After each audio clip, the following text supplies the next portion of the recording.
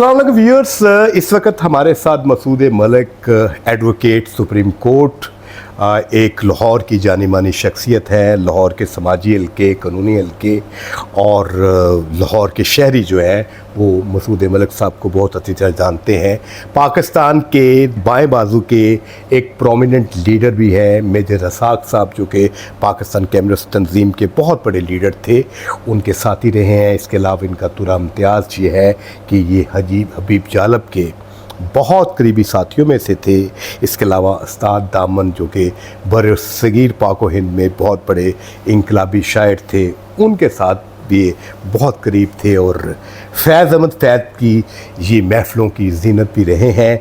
हमें बहुत फ़ख्र है कि आज मसूद मलिक साहब हमारे प्रोग्राम में शामिल हैं। हमारे दूसरे पार्टिसिपेंट जो हैं मलिक इजाज़ हैं और लाहौर की जो तादर तंजीमों में ये बहुत बड़े ओहदों पर भी फाइज रहे हैं और अक्सर आपने पॉडकास्ट में ताजरों के मसाइल लाहौर के अंदर जो है उनके बारे में बात करते भी सुना होगा। इसके अलावा ये अखबारात में कालम नवीसी भी करते हैं, हम इनको भी वेलकम करते हैं। आज हम अपने दोनों पार्टिसिपेंट से पूछते हैं कि क्या ये जो अमेरिका और इज़राइल का नेक्सस है ये इस दुनिया को किस तरफ लेके जाएगा। जी मलिक साहब, पहली बात मुझे बताएं कि ईरान और इज़राइल का कन्फ्लिक्ट है क्या?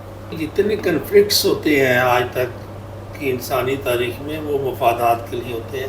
तो मेरे नज़दीक इसराइल को प्लान किया गया था, ये तो एडमिटेड फैक्ट है, इसमें तो कोई दो राय नहीं। वो प्लान किसने किया था? बरतानिया, फ्रांस और अमेरिका ने, मरबू ममालिक ने।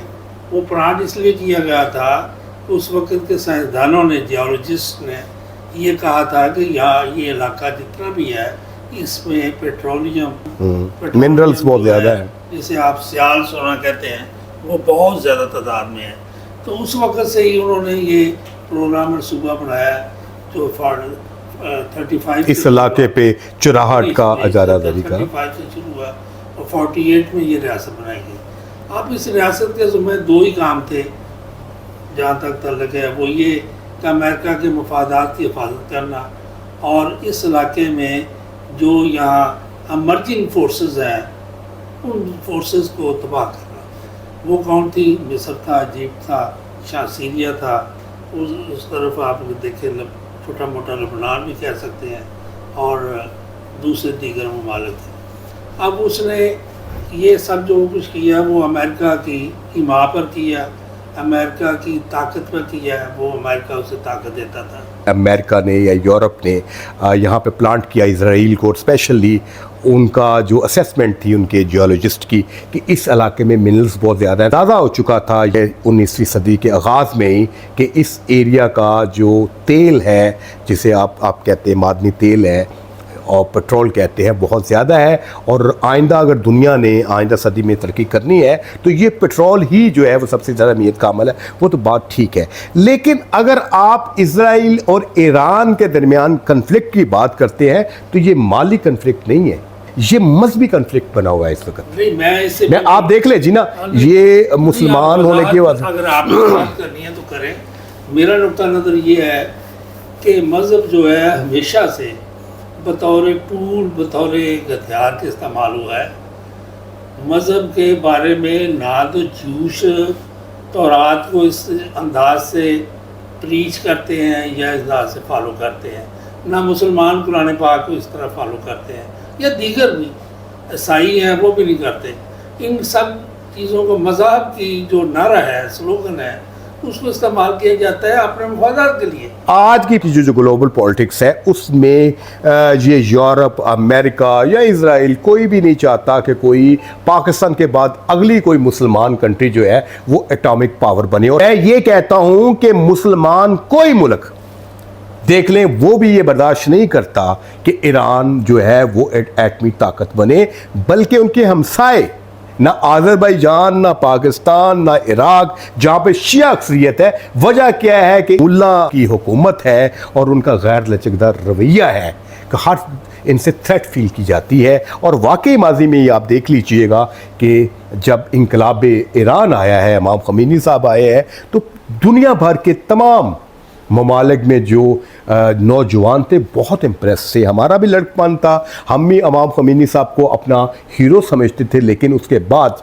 जब इमाम ख़मीनी साहब ने ये कहा कि हम अपना रेवोल्यूशन जो है वो एक्सपोर्ट करेंगे, तो उसके बाद तमाम मुस्लिम ममालिक में इनके ख़िलाफ़ बड़ा रिएक्शन आया और ईरान ने अमली तौर पे फ़िरका वरानियत फैलाई।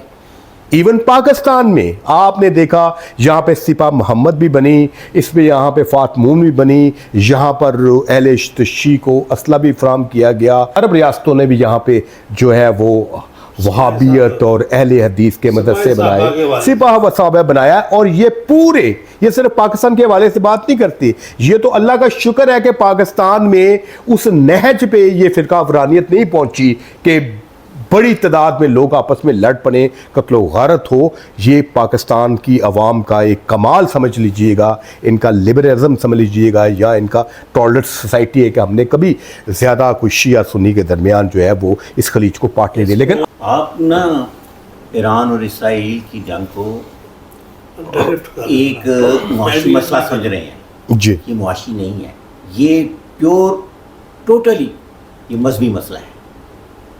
आप इसको ले जाए पीछे, हज़रत उमर रज़ियल्लाहु ताला अन्हु के ज़माने से आप उधर जाएं तो उस वक़्त देखें फतूहात इस्लामी कहाँ से कहाँ तक चली गई, और स्पेन तक भी हमने अपने इस्लाम के झंडे गाड़े।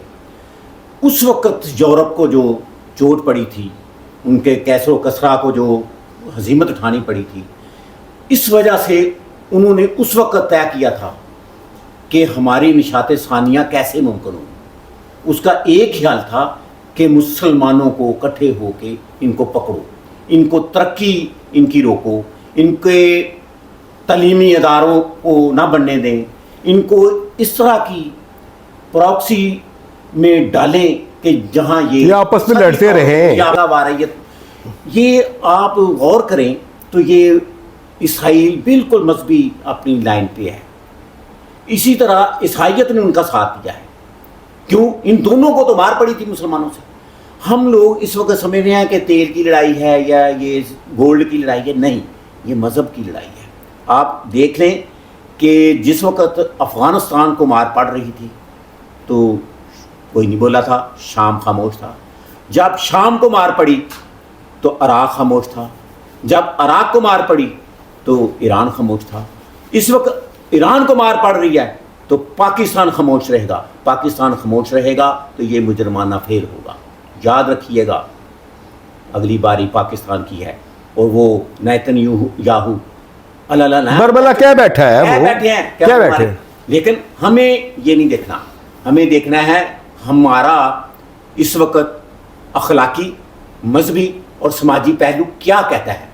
हमें इस वक्त फौरी तौर पर जो है ना ईरान, इसकी हर तरह से मदद करनी चाहिए। कि ईरान ने पिछले 4 दहाइयों से किसी मुसलमान मुल्क के साथ मिलकर जो है वो अपना के साथ अच्छे सलूक नहीं किया, इवन अपने हमसायों के साथ भी। साहब, ये वही मेरी बात है, बिल्कुल आपकी बात बजा है, लेकिन हम किस तरह देखिए जी, ये उसी का रेसिप्रोकल है। वो अगर मजहबी वार कर रहा है, हमें भी उसको मजहबी तौर पे ही लेना। देखिए मैं ईरान को आप जो मर्जी कहें, देखें, प्रॉक्सी वार कर रहा है, जो मर्जी कर रहा है, उसने बहुत जगह पे अपने अपने फिरका वरानियत तारीख़ आलम में साबित शुदा बात है कि जो भी लड़ाइयाँ होती हैं वो माशी मफादात के लिए होती हैं।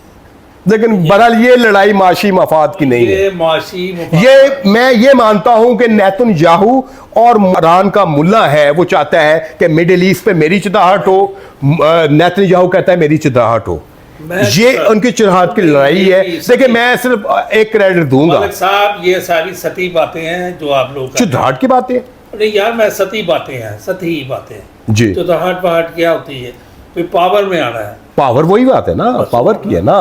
आप ये कहते हैं, मैं ये कहता हूँ कि जहाँ तक मज़ाहब के हवाले से देखने का ताल्लुक है, मुझे यहाँ बता दें कि क्या आपके जो अरबपति खरबपति लोग हैं जो यहाँ इस्तेसाल करते हैं, जो लूट मार करके ले जाते हैं, बाहर जाकर अपनी स्टेट्स बनाते हैं, स्टेट्स बनाते हैं, क्या उन्हें ख्याल नहीं होता कि हमारे यानी मुसलमान भाई, हमारे मजहबी भाई नहायती पसमानदा, नहायती ज़रूरियात ज़िंदगी से नाबल्द हैं जी, और जी। उन्हें उनकी एक्सेस नहीं है। जी जी ये नहीं आप जानते कि दुनिया का सबसे बड़ा शैतान जो अमेरिका है। अमेरिका ने 45 से लेकर जब हिरोशिमा पे बम जी मारे जी उस वक्त से लेकर अब तक 5.5 करोड़ इंसानों पर बम्बारमेंट करके कत्लेआम किए, जेनोसाइड किया। कोई शक नहीं जी। हम तमाम तकरीबन 1 मिलियन के करीब अफगानिस्तान में, और जब 1 मिलियन के करीब छड्डो जी, और हिरोशिमा में, क्या है ये हिरोशिमा में आपने मलिक सबसे साहब बड़ी- बताई। आज तक वहां पर घास नहीं उग रहा। उसके अलावा जी। इसी वियतनाम पे इसने डिकेड से भी ज्यादा 12 साल लगातार हजारों बम्बारमेंट टन की है। नहीं लाखों टन बम्बारमेंट की। अगरचे उन्हें वो कतई तौर पर अपना यानी जो है गुलाम नहीं बना सके, आपने ताबे नहीं कर सकते। जी जी बिल्कुल सही। दुश्मन नंबर 1 हमारा अमेरिका है। अमेरिका के स्टूजेस हैं। अमेरिकन स्टूजेस में इसराइल सबसे बड़ा ये जो हमारा पीटीआई का मीडिया सेल है, जिस तरह लोगों को ये वर्गलाता है और कंफ्यूजन का शिकार करता है जी, वो जनाब गुलाम बन गया। भाई हर मुल्क ने अपने मफाद के लिए काम करना होता है। आसम मनीर को उन्होंने बुलाया किस बात पे है आपको पता है? असल बात क्या है? 2 ही काम है। मिनरल्स हैं। नहीं, एक तो पाकिस्तान की कोशिश है कि वो आसम मनीर साहब ने यहाँ पे कॉन्फ्रेंस भी करवाई थी कि पाकिस्तान में मिनरल्स बहुत ज़्यादा है, बलूचिस्तान में, पूरे पाकिस्तान में यहाँ पर इन्वेस्टमेंट करें। इसके अलावा अमेरिका को पाकिस्तान में जो दिलचस्पी आ गई है, आपको पता है कि जो ही डोनाल्ड ट्रंप आया तो वो दाइश खुरासा का एक बहुत बड़ा लीडर पाकिस्तान ने पकड़ के अमेरिका के हवाले किया है और उन्होंने बहुत तारीफ़ की है। और ये वही शख्सियत थी जब यहाँ से इंखला हो रहा था अमेरिका का, तो ये इसने अमेरिकी फ़ौजियों पर हमला किया था। उसमें अफ़गानी भी सैकड़ों मरे और बहुत से जो थे अमेरिकन फ़ौजी मरे।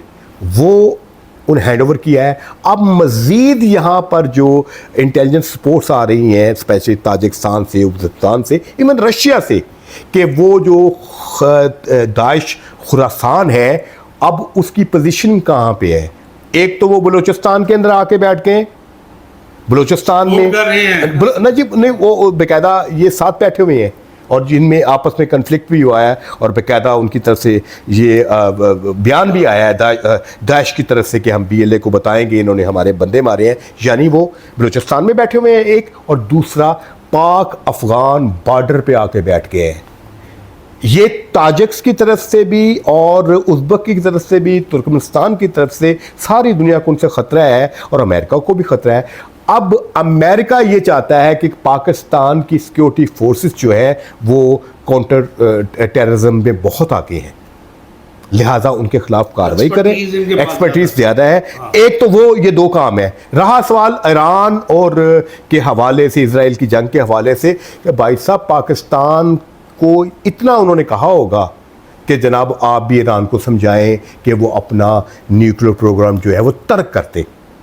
ये कहा होगा। बाकी अमेरिका किसी की मानता है कि वो आसम मनीर की मानेगा कि ईरान बज़िद है कि मैंने न्यूक्लियर वेपन्स बनाने हैं। भाई उसकी ज़रूरत क्या है? देखिए जी, न्यूक्लियर पावर जो भी कंट्री बनता है ना जी जी वो 100% अपने आप को ना समझता Secure। है कि वो मैं सिक्योर हो गया। सिक्योर हो। क्यों कि दूसरा कोई भी है। लेकिन इस वक्त बदकिस्मती ये है कि जिस तरह पाकिस्तान ने अपना न्यूक्लियर सिस्टम बनाया और छुप छुप के बनाया, किसी के सामने नहीं आए, क्योंकि हमारे भी वो माली मुफादात ऐसे थे कि जिसकी वजह से हम ओपन नहीं थे। ओपन करते तो हमें मार दिया जाता। जिस तरह जी जी इसराइल जी हमारा है। बेकायदा किया हमने बड़े तरीके से किसी मतलब छुपे छुपा के प्रोग्राम किया। हमने अपना काम कर लिया। लेकिन इसको कहते हैं सियासत, इसको कहते हैं तरीका कोई अपनाया जाता है, तर्ज अमल हमने कर लिया। ईरान को इस तरह भड़के लगा के और इस तरह नहीं करना चाहिए, गैर मकूल है जी। अच्छा, जज्बाती भी बहुत ज्यादा है, इसीलिए दुनिया नहीं चाहती। पाकिस्तान ने रिटेलिएट किया था इंडिया की वजह से। पाकिस्तान बनाना नहीं चाहता था लेकिन इंडिया ने हमें मजबूर किया। अच्छा, हम मजबूर क्यों हुए कि इंडिया के साथ हमारी 2 जंगें हो चुकी थी। 2 जंगें हो चुकी हैं और इतनी लंबी उसके साथ हमारी सरहदें। ठीक है। इसके अलावा उन्होंने हमें 2 लक्ष्य कर दिया और बाकी पाकिस्तान को भी मानने के लिए तैयार नहीं है। मैं पूछता हूं कि ईरान को एटम बम की जरूरत क्या है? तो आप जरूरत है या नहीं है वो तो खत्म होगी बात। देखिए, पाकिस्तान की मजबूरी थी कि पाकिस्तान का जो इस वक्त अराइवल है या राइवल है, इंडिया ने एटम बम का धमाका किया, पाकिस्तान को 2 लक्ष्य भी किया, पाकिस्तान को सर्वाइवल का मामला बन गया, पाकिस्तान ने जिस तरह भी एटम बम बना लिया। ईरान का तो ऐसा मसला ही कोई नहीं है, उसका एक हमसाया अजरबैजान है, छोटा सा मुल्क है, पुरअमन मुल्क है, दूसरा रात में शिया अक्सरियत है, वो भी उनका दोस्त है। पाकिस्तान ने कभी उनको थ्रेट नहीं किया और दूसरे ममालिक जो है वो भी उसके साथ बिल्कुल है, बराह रास्त किसी उसके साथ नहीं है। लिहाजा अगर ईरान का मकसद था एटम बम बनाना तो उसका मतलब ये था कि मैं मशरिक़ वुस्ता में मिडिल ईस्ट का चौधरी बनूं, और दूसरा मुकाबला उसके साथ जाके नेतन्याहू चाहता है कि मैं चौधरी बनूं। मसला तो ये है कि भाई साहब मैं देखें, मुझे तो ईरान का जो एटमी प्रोग्राम के हवाले से देखें, वो मगरबी ममालिक का या यूरोप का या अमेरिका का तो कोई और पर्सपेक्टिव हो सकता है ना जी, कि ईरान के हवाले से इवन कोई हमसाया मुल्क, कोई मुसलमान मुल्क भी नहीं चाहता कि ईरान एटम बम बनाए, क्योंकि मुल्ला आज़म ने इतना डरा दिया हुआ है अपने हमसायों को, मुसलमानों को। इसके बावजूद भी वो पाकिस्तान को इसकी हमायत नहीं हम कर रहे हैं ना जी, हमें हर हालत में और बहुत आगे जाना चाहिए। नहीं आगे कैसे जाना चाहिए? मैं मेरे टैक्स के पैसों का आपने जो वेपन्स खरीद रखे हैं या जो आर्मी मशीनरी है पाकिस्तान की, जो मिलिट्री मशीनरी है, क्या उनको दे दिए जाए? नहीं ये बात नहीं, मैं पूछता हूँ और क्या करें? सफारती सतह पे तो हमने उनकी मदद कर दी है। जोश खसाबत से बात आ रही है, बात यह है कि ये बात कतई तौर पर गलत है कि हम उन्हें मटीरियली किसी किस्म की ऐसी सपोर्ट करें। उसकी वजह यह है कि हम तो बजाते खुद कीचड़ में फंसे हुए हैं। जी मुश्किलात में फंसे हुए हैं, हम कन्फ्लिक्ट में फंसे हुए हैं जी, इंडिया के साथ अभी भी इंडिया के साथ जंग में जंग जो है बंद नहीं हुई। जी वो कहते हैं, मोदी साहब कहते हैं नहीं छोड़े, हालत जंग बंद नहीं हुई, वो सिर्फ सस्पेंड हुई है जी, वो खुद कह रहे हैं, इंडिया वाले कह रहे हैं। नाम इंडिया ले गए, हम भी कहते हैं हाँ, ऑपरेशन संदूर खत्म नहीं हुआ अकॉर्डिंग टू इंडियन मीडिया। हम भी कहते हैं, हम तो बार बार कहते हैं कि आओ बैठो टेबल पे, वो नहीं बैठते। जी इसका मतलब क्या है? सीज फायर हुआ है, जंग कंप्लीट तौर पे लेकिन बन एक गई। बात याद रखें, मैं फिर भी आपकी बांगे दोहल ये कहने के लिए बेताब हूँ कि ईरान का मसला आपके से मैं इत्तेफाक करता हूँ तो वो सिर्फ यही है कि वो चाहता है कि किसी न किसी तरीके से मैं अपनी वो कैसरो कसरा वाली यस यू आर राइट, ये ख्वाब उनका ख्वाब है ना, एक कौमी ख्वाब कह लेंगे, ख्वाब ही है ना जी। लेकिन उसकी अपनी हालत क्या है अंदरूनी खाना, ये क्यों नहीं डिस्कस करते? जी जिन लोगों ने उनका साथ दिया 79 में, उन लोगों को सबसे पहले कत्ल गारत किया उसने जी। तूदा पार्टी आपके सामने, पार्टी जो है, तूदा पार्टी कम्युनिस्ट पार्टी थी, पार्टी वह पार्टी थी जिन्हें 51 में शहनशाहियत के खिलाफ आवाज़ उठाई, जिन्होंने वहाँ से बरतानवी और फ्रांसीसी उस वक्त थे, इनको बाहर निकाला। सदक की हुकूमत को उन्होंने सपोर्ट किया था और उन्होंने उसे भी कत्ल किया, उसकी सारी पार्टी। अब वह भी 79 में क्या हुआ, 79 में यही बात दोहराई कि वहाँ पर जो मदद करने वाले थे उसके, उन सबको मार दिया। मुल्ला का यही तो मसला है, इंतहा पसंद है, वो किसी के साथ चल नहीं सकते। हमारी रजीम हमारी रजीम हमारी एस्टैब्लिशमेंट करती है, अमेरिका नहीं करता। बस हमारा और ईरान का और लीबिया का ये फर्क है। लो जी, बहुत मेहरबानी जनाब वाला। इस वक्त मैं बहुत ज्यादा शुक्रगुजार हूं कि मसूद मलिक साहब, इसके अलावा मलिक एजाज साहब जो कि हमारे बहुत ही प्रोमिनेंट हैं, कॉलम्स भी लिखते हैं अखबारों में, इसके अलावा लाहौर के ताजर हलकों में इनकी बहुत इज़्ज़त की जाती है। उन्होंने बहुत ही एक गर्म जोश जज्बाती सी किस्म का हमारी पॉडकास्ट थी उसमें हिस्सा भी लिया, अपने जज्बात का इजहार भी किया। और दूसरे मैं अपने व्यूअर्स से माफ़ी मांगता हूँ। देखें, हम सारे लोग जो हैं कोशिश करते हैं सच्चाई की तलाश में, हमने इंशाल्लाह कोशिश की है हक़ाइक़ पेश करने की। बाकी रहा, आपको हमारा प्रोग्राम पसंद आया है तो लाइक कीजिएगा, सब्सक्राइब कीजिएगा।